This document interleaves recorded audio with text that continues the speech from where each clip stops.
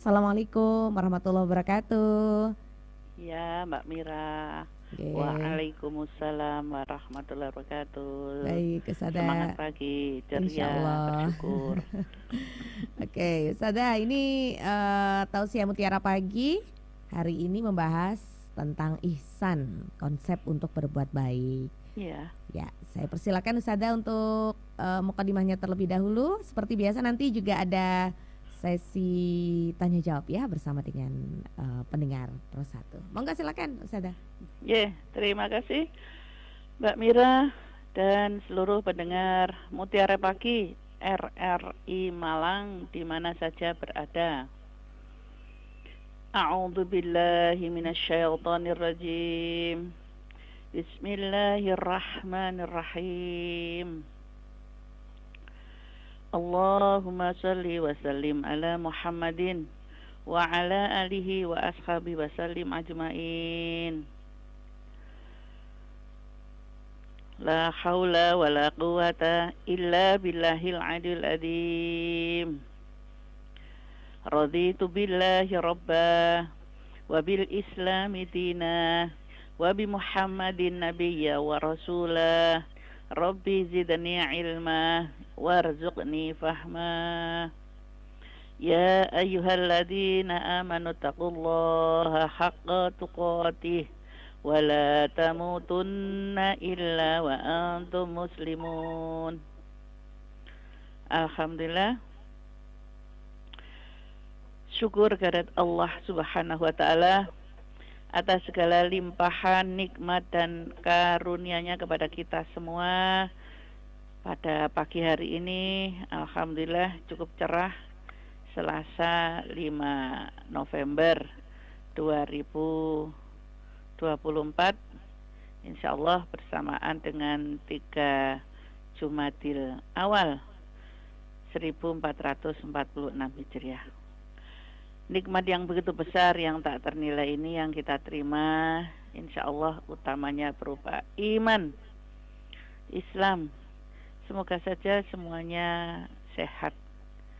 Dengan demikian kita terus bisa memenuhi hati kita dengan syukur agar terus ditambah nikmatnya, diampunkan, dicukupkan rezeki kita sehingga bisa beribadah, meningkatkan amal soleh kita dengan optimal sehingga nanti bisa berakhir husnul khotimah. Amin. Allahumma amin.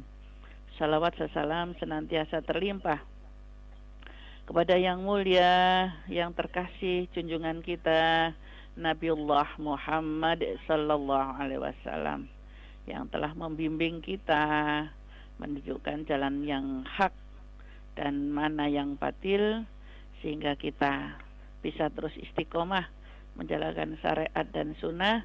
Maka insya Allah siapapun itulah yang nanti akan mendapatkan syafaat di yaumul kiamah nanti. Para pendengar sekalian yang berbahagia, ihsan dalam konteks Al-Quran tidak lain adalah merujuk kepada konsep berbuat baik dan melakukan kebaikan dengan penuh kesadaran dan keikhlasan. Istilah ini berasal dari kata hasan yang berarti memang baik atau indah.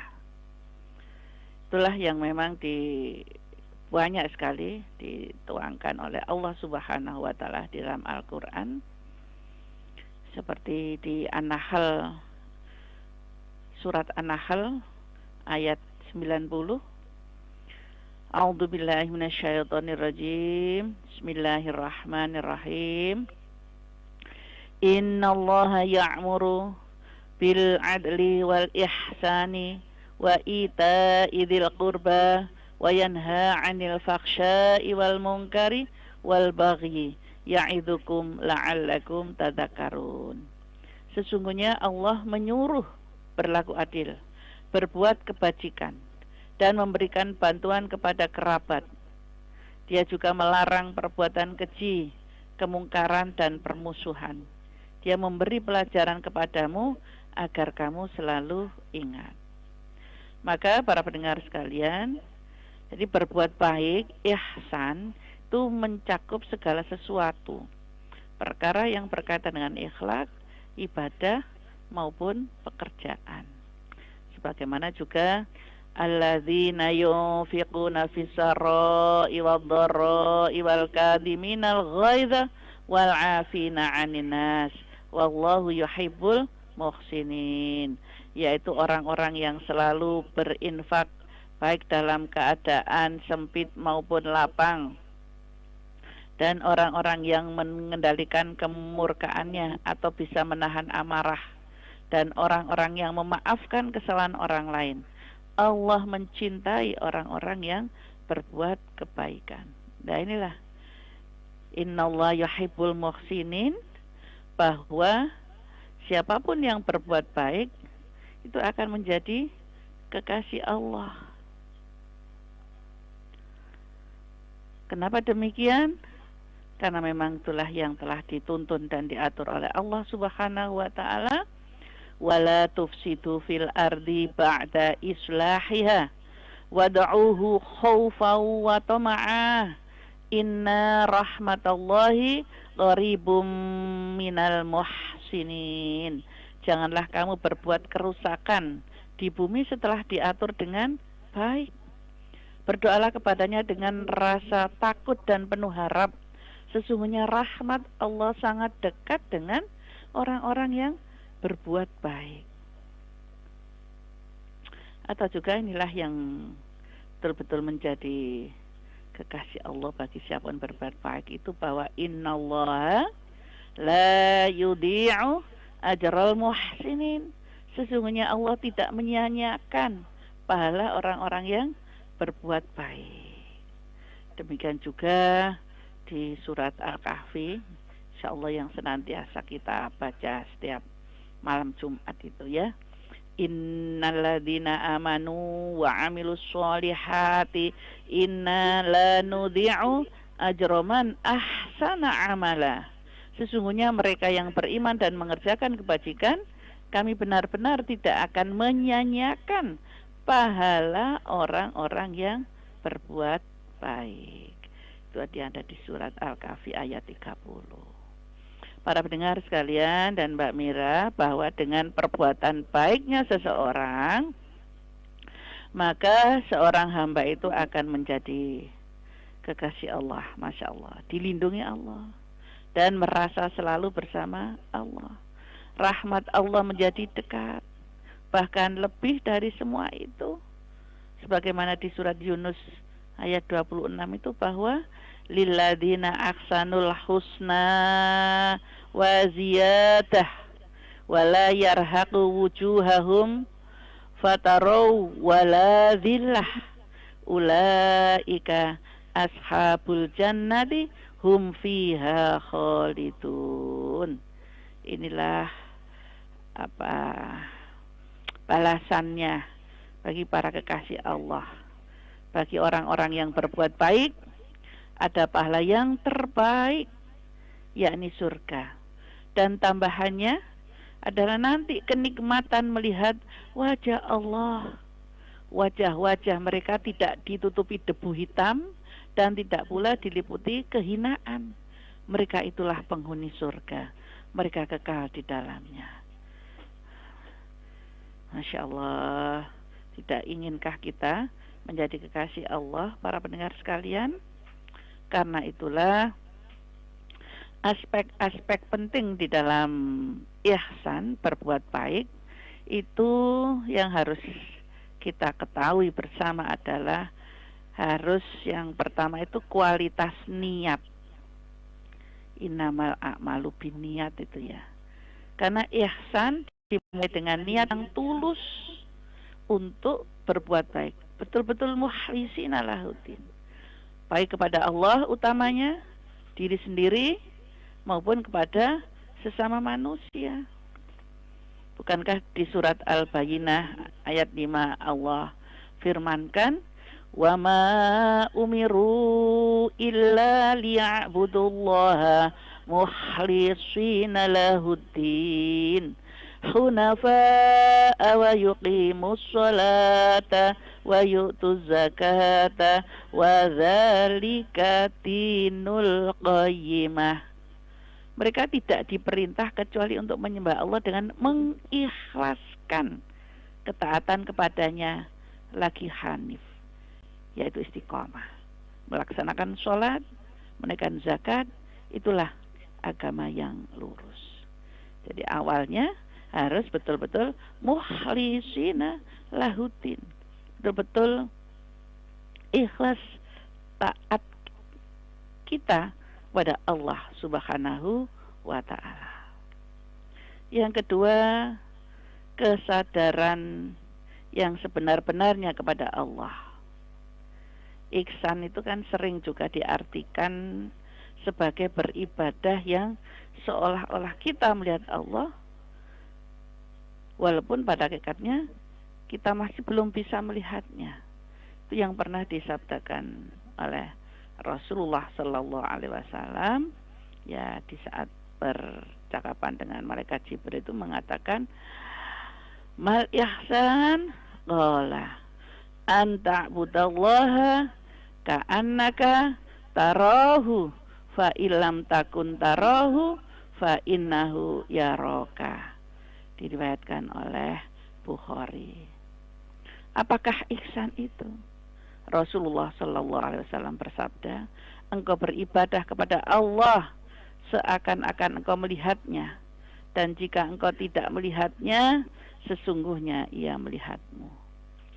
Nah, kita sadar betul, faham bahwa Allah senantiasa melihat kita.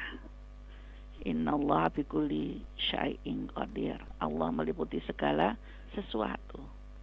Nah, dengan inilah maka ini akan mendorong seseorang hamba itu untuk melakukan kebaikan secara konsisten. Karena tahu sejatinya bahwa segala apa yang dilakukannya senantiasa diketahui di CCTV-nya Allah yang super tajam dan super canggih itu.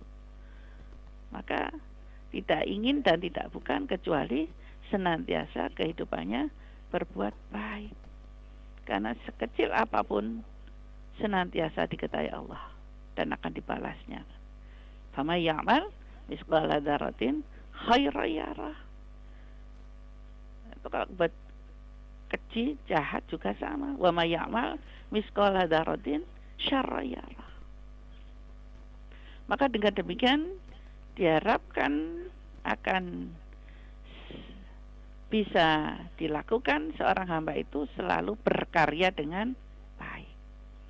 Maka dalam kehidupan sehari-hari, maka ihsan ini mengajak kaum muslimin, kaum muslimat semuanya untuk berlaku baik, berlaku adil, dan menunjukkan kasih sayang.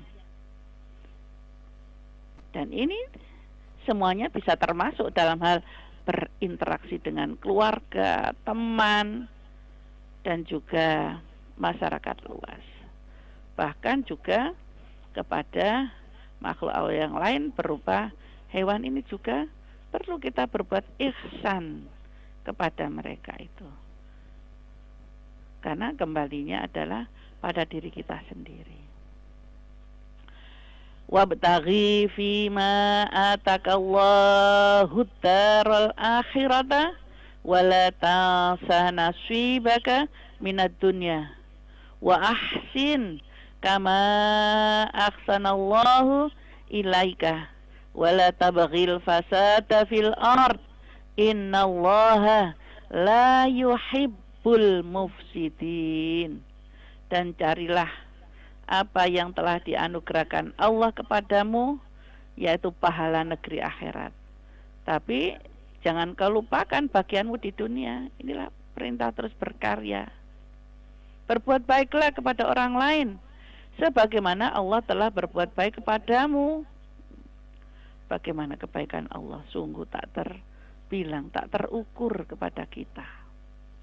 dan janganlah kamu berbuat kerusakan di muka bumi.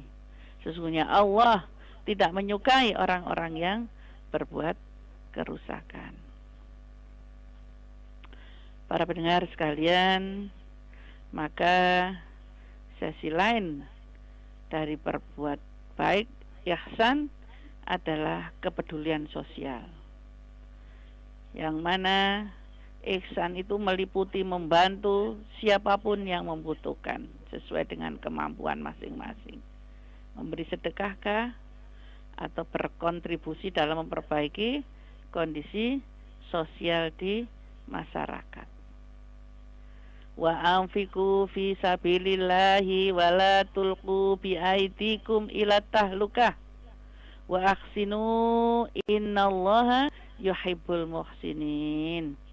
Ada di surat Al-Baqarah 195 itu bahwa berinfaklah di jalan Allah. Janganlah menjerumuskan dirimu ke dalam kebinasaan dan berbuat baiklah. Sesungguhnya Allah menyukai orang-orang yang berbuat baik. Selain itu yang diingatkan oleh Allah bahwa jangan sampai menjadi pendusta, ya, jadi hanya besar mulut tanpa ada action supaya tidak dikatakan pendusta itu. Bukankah Allah sampaikan di surat Al-Ma'un, ara'aital ladzi yukadzibu biddin fadzalikal ladzi yad'ul yatim wala yahudzu ala ta'amil miskin. Tahukah kamu orang yang mendustakan agama? Yaitulah orang yang menghati anak yatim dan tidak menganjurkan untuk memberi makan orang miskin. Ya. Padahal yang sebelumnya yang di surat Al-Baqarah 195 tadi adalah diperintahkan untuk berinfak dan juga berbuat baik. Ya, jangan sampai membuat kerusakan di muka bumi ini. Para pendengar sekalian yang berbahagia, dan tentunya ihsan ini akan bisa mengembangkan karakter seseorang itu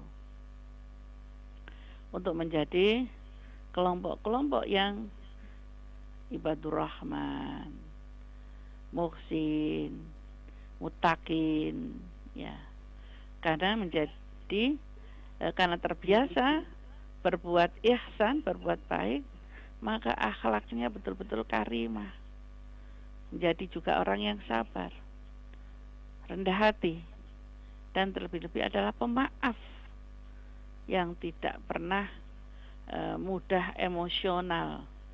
Tapi kalau ada orang yang menselisihi ataupun menzalimi, ya dia tetap pemaaf, seperti ayat yang awal dulu saya sampaikan di Al-Imran 134 itu bahwa selain memang infak muhsini, maka para pendengar sekalian yang berbahagia, dari apa yang saya sampaikan pada panjenengan semua adalah semuanya menunjukkan betapa pentingnya konsep ihsan atau berbuat baik dalam kehidupan seseorang. Jadi seorang muslim secara keseluruhan ya adalah yang senantiasa berbuat ihsan, yang senantiasa menciptakan keindahan dalam setiap tindakannya dan memperbaiki hubungan dengan sesama manusia, terlebih-lebih dengan Allah Subhanahu wa ta'ala. Jadi kalau dengan sesama manusia, jangan sampailah ada yang tidak saling menyapa, bahkan memutus tali silaturahim. Maka inilah termasuk orang-orang yang mufsidin, membuat kerusakan. Tidak muhsin, orang yang berbuat baik. Ya. Semogalah Allah menuntun kita, hati kita, langkah kita untuk tidak segan dan kemudian tidak bosan, tidak malas berbuat baik Walaupun terkadang perbuatan baik kita ini diterima tidak baik dengan orang lain, bahkan ada yang mencelanya, menghinanya, ya, tetapi Allah yang Maha tahu siapa yang berbuat baik kembalinya pada dirinya sendiri. Tapi siapa yang mendolimi pun akan kembali pada dirinya sendiri. Insya Allah teruslah bersemangat untuk berbuat baik agar menjadi apa tadi, orang-orang yang dicintai oleh Allah Subhanahu wa Ta'ala, bahkan menjadi kekasih Allah. Insya Allah. Amin. Allahumma amin. Terima kasih Ustadzah. Sampun untuk mukadimahnya ya. Ustadzah, kami persilakan Anda untuk bisa ikut bergabung bersama kami melalui line telepon kami di 4958850 dan juga melalui WA ke nomor kami di 081555600915. Ini ada pendengar yang bergabung, saya bacakan dulu dari Bu Nurdiana. Cara cepat bangkit supaya bisa menjadi perempuan yang terbaik untuk suami dan anak-anak, bagaimana caranya? Sebelum dijawab pertanyaannya Bu Nurdiana, ini sudah ada Pak Daman Huri. Ya, Assalamualaikum. Waalaikumsalam, Mbak. Saya kecilkan dulu ya. Ye, monggo. Halo. Saya tunggu Pak. Sampun? Halo, gini. Sudah jelas ya. Oh, alhamdulillah, Mbak Mira ya. Iya betul Pak Daman. Sehat selalu. Alhamdulillah. Lalu Ustadzah Maisaro gimana, Surah? Sehat selalu. Semoga, amin, amin. Suaranya ini 3 bulan lebih Mbak Mira, tapi sekarang sudah balik ke Malang, ke kota dingin. Oke, alhamdulillah Pak Daman. Izin dan dapat ridho orang tua, sudah dapat izin di Malang terus ini kelihatannya. Gini ya Umi ya, yang jangan katakan tadi ihsan ya, ihsan berbuat baik. Tapi kadang prakteknya sekarang ini saya lihat masih, mungkin dakwah sudah banyak di mana-mana, tapi kalau implementasinya kadang ihsan di level keluarga, di rumah tangga Islam ini harusnya yang perlu ditingkatkan, Umi. Apalagi sekarang kadang banyak kan tengkar sama saudara, putuskan silaturahim. Sekarang ini kelihatan tidak takut Allah, Umi. Kalau keluarga Islam sudah baik, kembali ke RT RW, di kelurahan, di bahkan sampai presiden, sampai tataran tertinggi negeri ini akan damai.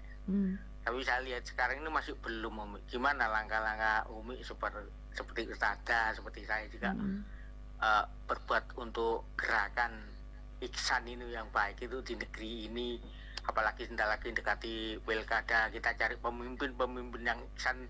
Gimana menurut pendapat Umi? Khususnya diri kita pribadi ya Mbak Mira ya. Karena kita sendiri belum tentu bisa berbuat baik, bisa ngucap tapi belum tentu bisa melaksanakan, Umi.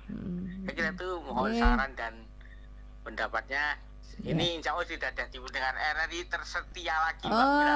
Alhamdulillah Pak Daman setelah 3 bulan. Waalaikumsalam warahmatullahi wabarakatuh.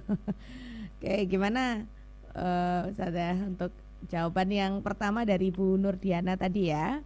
Ya, menjadi ini perempuan bersambung yang ini terbaik. sama dengan Pak Damar Buni, ada kaitannya. Baik, jadi untuk ihsan, berbuat baik siapapun, min dzakarin au unsa, tidak lain adalah dimulai dari diri kita sendiri. Jadi kesadaran diri dulu tadi tuh ya, masing-masing diri ya kita ini, terutama tadi panjenengan Bu Nurdiana selaku seorang istri dan ibu, saya juga ya istri, ya ibu, Mbak Mira juga, ya, termasuk Pak Daman Huri, seorang suami dan seorang ayah. Maka dimulainya dari diri sendiri dulu, ya, bahwa dengan tadi niat yang betul ingin berbuat baik, maka jangan sampai apa yang kita lakukan ini istilahnya mendolimi, menyakiti orang lain. terutama di dalam keluarga. Tentu saja secara optimal kita selaku ibu adalah mempersiapkan dan membantu segala sesuatunya untuk keluarga, untuk anak-anak, untuk suami, suami juga untuk istri. Jadi jangan ada istilahnya kesel saya ngerawat kalian dari dulu seperti ini saja. Nah, ini yang akan nanti menjadi muspro apa yang kita lakukan ya Bunda Nurdiana tadi. Bagaimana menjadi wanita solihah di dalam keluarga, seorang ibu, seorang istri adalah berusaha melakukan the best service for our family. Tapi kalau toh mereka masih belum bisa menerima sepenuhnya apa yang kita lakukan, kita ajaklah mereka, kita tentukan banyaklah bersyukur kepada Allah. Rezeki kita hari ini seperti ini, termasuk apa saja yang dapat kita terima, kita nikmati. Coba lihat orang lain, ada yang pagi-pagi belum sarapan, masih harus kerja keras menjadi pemulung. Kita sudah punya sarapan seperti ini dan juga pakaian yang cukup dan sebagainya. Inilah membawa seluruh keluarga untuk bersyukur ya Bu Nurdiana, termasuk Pak Damanhuri. Nanti kemudian kalau setiap diri ini sudah bisa berbuat baik, maka insya Allah kalau kita bisa istiqomah, tadi jangan sampai hanya di lisan saja kita ini berbuat baik ya, maka di tingkat RT sampai di keluar RW maka akan terlihat memang si ibu ini, si ayah ini memang adalah orang yang senantiasa peduli sosial tadi, berbuat baik, senantiasa suka berbagi ya, tidak suka mencela orang ataupun suka komentar yang tidak baik. Lah, komentar itu sekarang kan ada di grup-grup itu. Yang marah adalah di WhatsApp itu. Mesti ada WhatsApp RT, WhatsApp khusus ibu dan apalah grup-grup itu. Nah, kita ini senantiasa menjadi penyejuk. Apa yang kita sampaikan adalah hal-hal yang baik. Termasuk juga Pak Damanhuri mungkin kalau toh punya grup ataupun hanya teman, senantiasa mengingatkan, mengirimkan ayat-ayat yang menggugah semangat untuk berbuat baik. Jadi kalau kaitannya dengan pemilihan pilkada ini tidak ada, selama ini bisa saja kita ikuti rekam jejaknya, mana yang banyak kemaslahatannya untuk umat. Karena bagaimanapun juga tidak ada yang sempurna, para pemimpin itu ya pasti ada kelemahannya. Tapi setidak-tidaknya adalah yang paling minim kelemahannya. Nah, itulah yang akan bisa merujuk kepada ihsan, berbuat baik. Sebesar apa para pemimpin itu telah berbuat baik untuk negara dan bangsa ini. Kalau yang mereka lakukan hanya omong-omong istilahnya gedabrus, ya jelas ngapain dipilih. Kalau jelas sudah kelihatan, sudah pernah menghasilkan ini, sudah pernah melakukan ini. Nah, itulah yang kita pilih.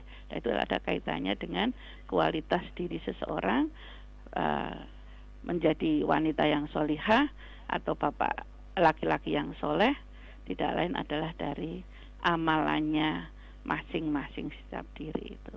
Saya kira ini kiatnya. Jadi mulai dari diri sendiri dulu, barulah kemudian mengajak seluruh keluarga bersama-sama dengan mau kita memberi contoh, maka insya Allah anak-anak, istri ataupun suami akan memperhatikan apa yang telah kita contohkan dengan baik.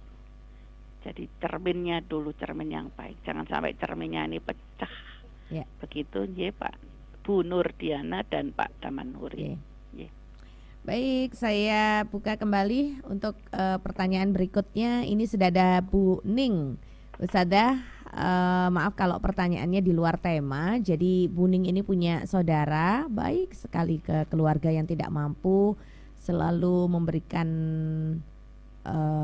suka ngasih gitu ya. Demikian juga ke orang lain, istilahnya itu sangat loman. Tapi sayangnya dia tidak menjalani sholat, suaminya itu sudah umroh tapi habis itu ya udah nggak sholat lagi dan tidak membimbing istrinya. Gimana ya Ustazah? Sedekahnya itu luar biasa tapi nggak sholat, yang dinilai itu sedekahnya baik atau sholatnya besok di sana gitu Ustazah. Baik. Sebelum dijawab pertanyaannya Buning, ini saya oke, terputus ya. Yang mau gabung lewat telepon bisa langsung di 495850. Nanti saya terima ya. Oke, monggo ditanggapi dulu Ustazah. Saudaranya Buning yang sudah banyak berbuat baik tapi masih belum istiqomah untuk mendirikan sholat, ya maka pada hakikatnya kan Allah dan Rasulnya mengatakan bahwa as-sholatu imaduddin, sholat itu tiang agama, ya. Maka sekalipun aksesorisnya rumah itu banyak, tapi kalau kemudian tiangnya condong karena lama-lama roboh, maka aksesoris itu kan akan tertindih. Itu gambarannya. Maka untuk bisa menegakkan tiang roboh tadi supaya melakukan sholat apalagi setelah umroh, tidak hanya untuk umrohnya, tidak hanya untuk pencitraan, ya maka panjenenganlah selaku saudara yang dekat pertama terus mendoakan di surat Al-Hasr itu yang sering saya sampaikan, Rabbana ighfir lana wa li ikhwanina alladziina sabaquna bil iman wa la taj'al fi qulubina ghillan lil ladziina amanu Rabbana innaka ra'ufur rahim. Ya, jangan sampai ada syirik, kebencian pada mereka, tapi kita doakan, kita mohonkan ampun. Kemudian secara konsisten rutin pokoknya diajak terus ya, diajak untuk berjamaah dan sebagainya, apalagi nikmatnya ya kalau sudah umroh loh ya, di sana beribu-ribu pahalanya, maka diharapkan di sini akan seperti itu. Padahal kami belum merasakan umroh, jenengan sudah merasakan ya, supaya kecipratan. Nah, itulah caranya mengajak terus, mengingatkan terus, apalagi kan dekat itu sebagai saudara. Mengingatkan terus, tidak henti-hentinya ya Buning, supaya apa yang telah diupayakan tidak sia-sia karena mengabaikan tentang sholat yang merupakan tiang agama. Begitu nggih Bunda Ning. Baik, saya terima dulu penelpon. Assalamualaikum. Waalaikumsalam. Oke. Dari Singosari ini Pak Mustafa. Penyiar gue udah cantik, cerdas. Insyaallah. Gimana Pak? Mau tanya apa? Ya, Maisaro, ini saya kok kepingin diulas. Karena ini perasaan kok perputaran waktu itu cepat. Entar kita mau Ramadan lagi nih. Oh iya, 1 bulan lagi udah tahun baru. Nah, ini apakah ini perasaan saya aja, menurut saya pengangguran atau memang perputaran waktu cepat? Nah, ini katanya salah satu tanda-tanda kiamat tuh. Waktu cepat itu dibaca tuh apa bener? Hadisnya tuh sahih Bu ya. Nah, jadi kalau memang bener tuh, waduh, kalau kiamat ada tuh kayak apa ngerinya kalau menjumpai jangan. Nah, kemudian bagaimana kita ini bisa lebih khusyuk istiqomah itu, apakah ada doanya khusus atau memang dibaca pakai bahasa Indonesia gitu Bu, atau memang ada hadisnya khusus doanya ini gitu. Nah, terus sedikit lagi pertanyaan tentang jamaah ya Bu ya. Jadi kalau kita sholat kan mengangkat imam. Nah, katanya hidup ini pun juga harus berjamaah. Lalu pertanyaan apakah harus mengangkat imam? Kalau imam sholat kan kita paham, imam definisinya seperti itu. Kalau imam dalam kehidupan menetapi jamaah punya imam ini apakah harus mengangkat imam? Nah, makanya jadi perbedaan kan di sini rancunya. Katanya berimam untuk berbaiat segala macam lah. Kalau memang harus berimam berbaiat, kenapa kita di Indonesia yang mayoritas ini Islam kok tidak membahas tentang itu? Apa para ulama atau itu tidak dibahas dalam majelis ulama tentang imam, tentang jamaah itu? Namun dijelaskan sedikit aja. Terima kasih. Assalamualaikum. Waalaikumsalam. Terima kasih kembali Pak Mustafa di Singosari. Ya. Oke, kita tanggapi dulu pertanyaannya beberapa Baik. pendengar Pak tadi siapa? ya. Pak Mustafa di Singosari. Pak Mus, ya. Kalau imam di zaman Rasulullah SAW adalah yang segalanya. Ya, imam mengatur di dalam sholat dan juga mengatur negara. Ya. Nah, setelah itu turun menjadi Khulafaur Rasyidin dan seterusnya sampai kemudian pada tabi'in. Dan bagaimana dengan konsep imam sekarang ini? Ya, sebenarnya adalah yang dikatakan ulil amri, ya, arahannya ke sana juga. Tetapi karena masyarakatnya adalah sangat berbeda yang heterogen ini, maka kemudian di dalam kepemimpinan di negara kita ini adalah bagaimana seorang yang kemudian ditunjuk jadi imam sholat itu juga akan bisa menjadi imam di sekitarnya, yang menjadi suri toladan. Demikian juga kalau kita memilih seorang pemimpin yang memimpin negara ini, mulai dari tingkat RT dulu, ya Pak RT, Pak RW, sampai akhirnya sekarang yang ada pilkada itu, yang memang diharapkan bisa juga memimpin jamaah, mengajak semuanya itu bersatu padu, satu-satunya menegakkan ketauhidan, tidak malah mencampur adukan yang hak dengan yang batil. Walaupun masyarakat heterogen, banyak yang ada yang kemudian di luar konteks sebagaimana kita ibadahi, kita cukup dengan menghormati mereka dan kemudian memberi juga lahan kepada mereka sesuai dengan keyakinannya. Tetapi kita yang sudah punya keyakinan ini, karena sebagai imam, ya, maka tidak mencampurkan yang hak dengan yang batil. Wala talbisul haqqa bil batili wa taktumunal haqqa wa antum ta'lamun, padahal kamu mengerti. Ya. Maka inilah yang menjadi konsep dari asalnya ihsan tadi. Dengan berbuat baik, maka seorang imam harus bisa memberi contoh yang baik, yang awalnya dimulai dari memimpin jamaah sholat, sehingga kemudian kehidupan di sekitarnya juga akan terpimpin dengan baik. Nah, itulah yang kita harapkan. Tetapi memang secara istilahnya belum ada ketentuan ataupun yang dengan sitir tadi dari MUI untuk seperti itu, karena memang kembali kepada masyarakat yang heterogen, ya. Tetapi notabene adalah yang sejauh ini, ya, umat Islam adalah lebih banyak, dan itu pemimpinnya adalah terpilih yang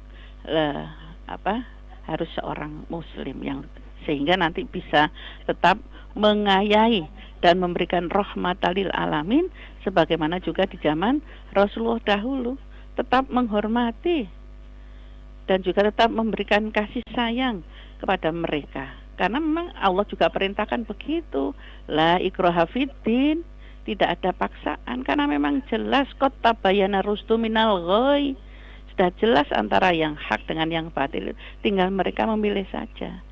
Cuma selaku pemimpin, ya, selaku imam harus bisa bijak dan tetap harus tadi teguh kepada satu tujuan, mencari keridhaan Allah SWT. Inilah yang kadang-kadang masih belum sepenuhnya di antara kita semua. Banyak yang dengan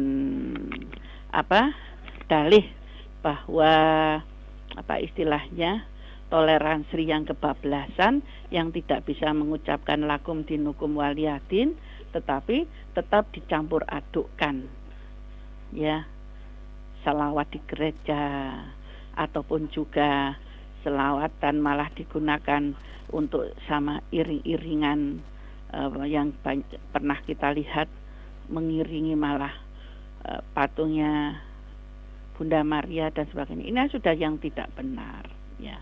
Jadi jangan sampai dicampur adukkan dengan dalih toleransi yang kebablasan ya. Saya kira begitu hemat kami Pak Mustafa. Kalau ada yang masih kurang marem mungkin suatu saat bisa sambung ya. Ngapunten. Terkait dengan waktu yang cepat berlalu itu tadi Ustazah, apakah memang tanda-tanda akhir zaman atau ya salah satunya terasanya di zaman Rasulullah sudah seperti alis dengan mata begitu dekatnya, apalagi sekarang. Dan itu banyak sudah terlihat tanda-tandanya, banyak orang yang berlomba-lomba untuk bermegah-megahan, banyak anak bermegah-megahan membangun gedung, kemudian banyak musibah-musibah. Nah, kemudian jumlah perempuan lebih banyak daripada laki-laki, atau salah satunya juga adalah budak melahirkan tuannya. Ya, ini maksudnya adalah seorang budak yang dengan tuannya sehingga melahirkan. Nah, ini kan telah banyak terjadi kerusakan-kerusakan, dekadensi moral semacam itu. Ya, insya Allah. Tapi walaupun misalnya toh besok itu kiamat, dulu Rasulullah tetap memerintahkan tanamlah tanaman. Ya, karena yang tahu secara tepat kapan waktunya hanya Allah Subhanahu wa Ta'ala. Diberitahu tanda-tandanya ini tidak lain adalah supaya kita tidak lelah untuk tadi berbuat ihsan, karena sangunya untuk kita supaya mendapatkan keridhaan dan kecintaan dari Allah Subhanahu wa Ta'ala. Ngaten nggih. Baik.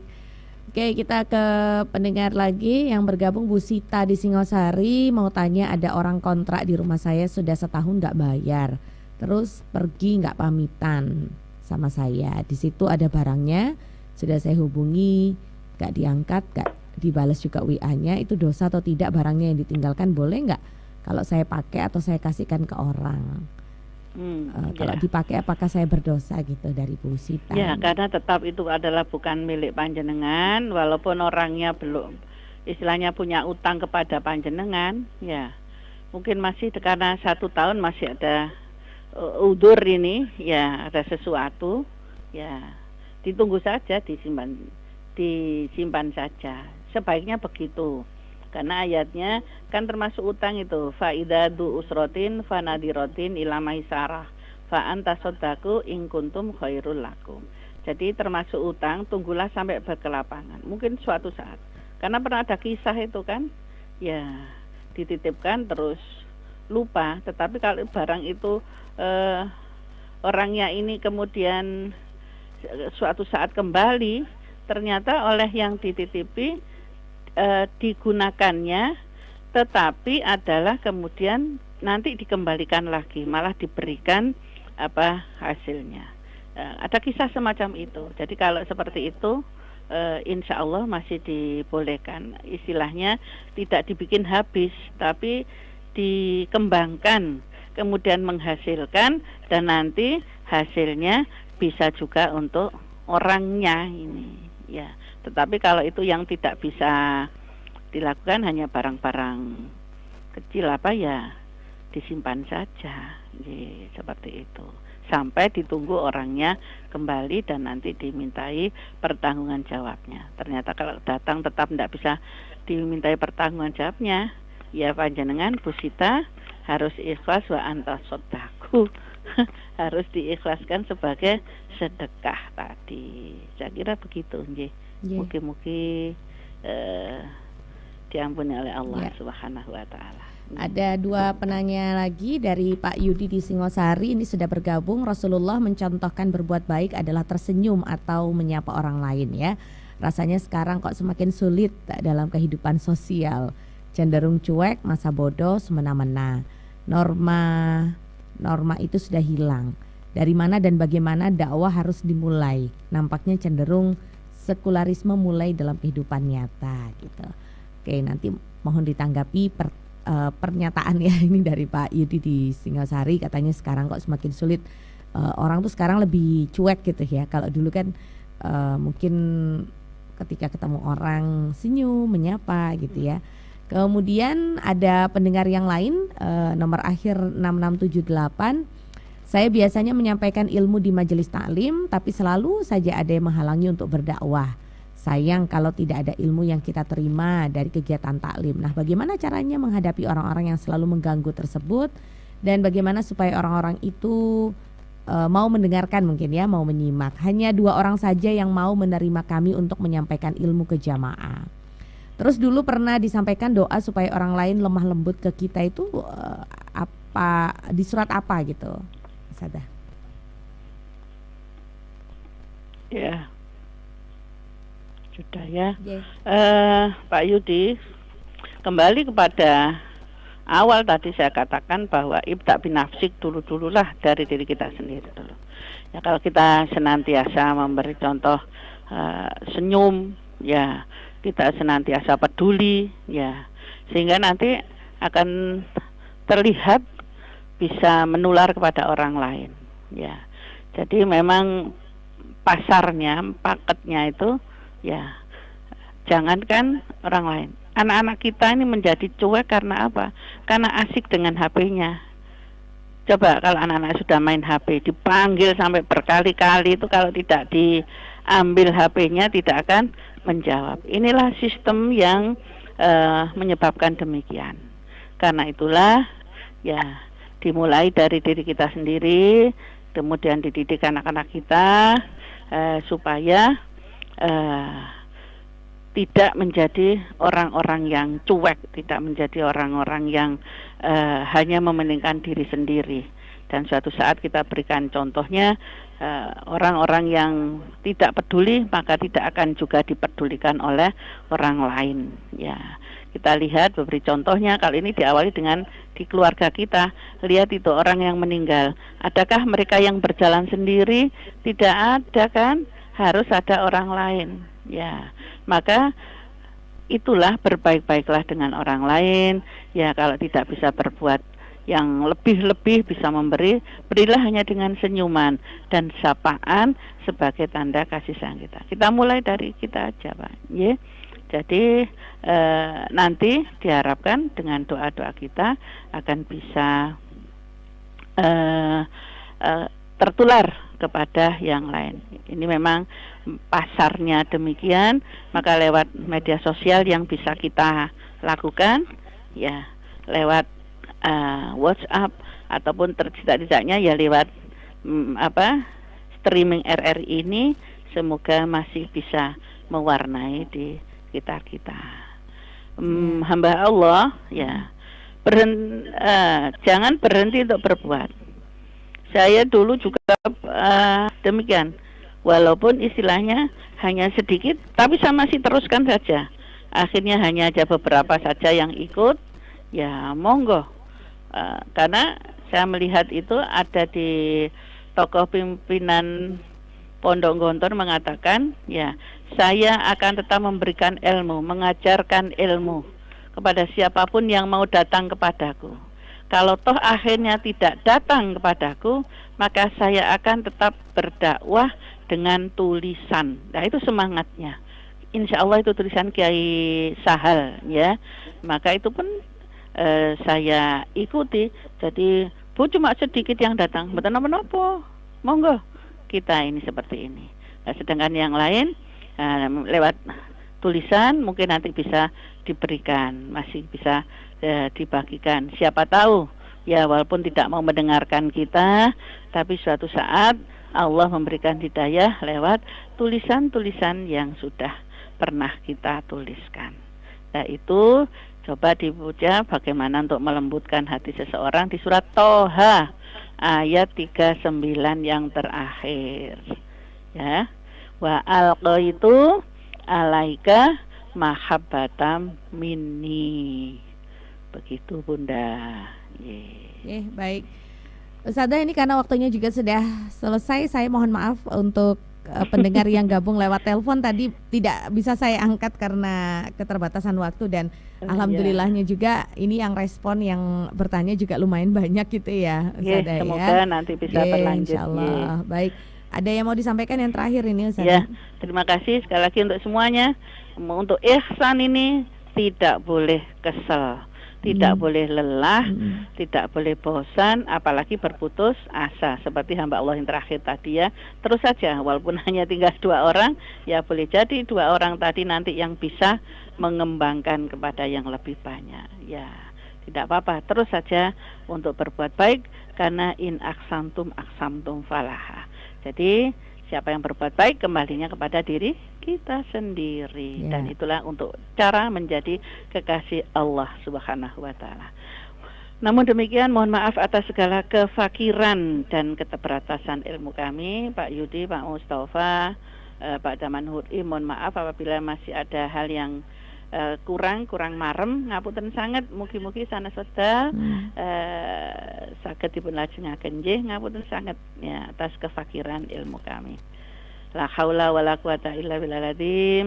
Subhanakallahumma wa bihamdika asyhadu an la ilaha illa anta astaghfiruka wa atubu ilaih. Nasrun minallah wa fathun qarib wa basyiril mu'minin. Assalamualaikum warahmatullahi wabarakatuh. Waalaikumsalam warahmatullahi wabarakatuh. Terima kasih Ustazah Maisarah untuk tausiahnya pagi hari ini. Semoga ada guna dan manfaatnya.